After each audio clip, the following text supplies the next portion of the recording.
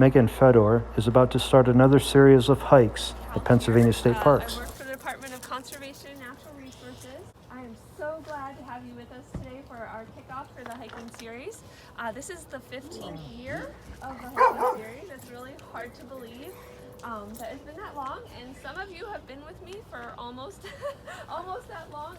And thank you for bringing all your friends and family and bringing out our community, because these hikes are kind of meant to highlight our public lands and the partnerships that DCNR has in conservation.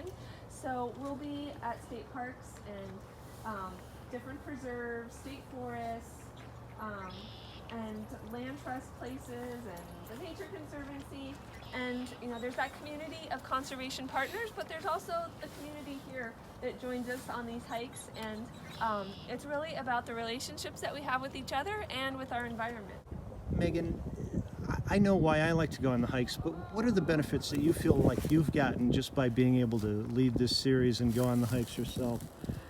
So one of my favorite things that I look forward to every year is the start of the hiking series, and that's because I don't get out as much as I like in the winter, just like everybody else, and I just look forward to those sunny days, seeing people's smiling faces and welcoming me back and me welcoming them back. So it's really a sense of community, and it gets me out on the trails more so because I have to scout. I have to know what's going on these trails. Are there any issues that we might encounter?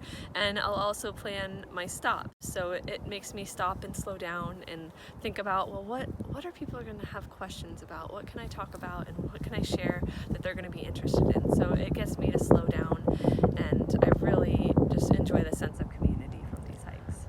How did the idea come to you in the first place 15 years ago to get started? I absolutely cannot take credit for it.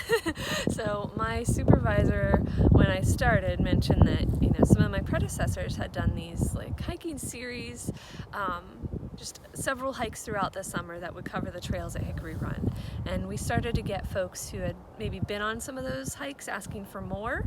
So she suggested that we kind of reinvigorate it, bring it back, and it quickly grew from there. We quickly exhausted the trails at Hickory Run. There's about 40 miles of trails.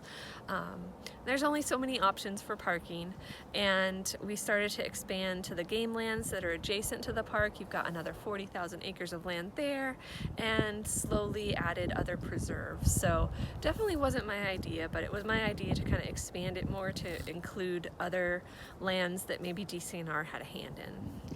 And the idea for the potlucks? That was my idea. I'm all about the food and the camaraderie that comes with sharing a meal with folks. So that was a way to just, kind of wrap up the season and share all of our memories, and some of the, we do awards sometimes and recognize the folks that have walked the most miles, or maybe something quirky happened and we could recognize somebody for that. And Trail Dog of the Year is always a hotly contested award. So yeah, that was my idea, and I enjoy it.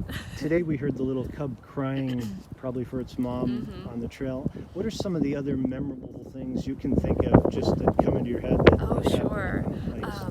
And I think a lot of the hikers would agree with me. Anytime we encounter a snake, especially a couple times here and there, not often, but we have encountered rattlesnakes along some of the trails, and with perfectly safe encounters, we just let it go, let it be.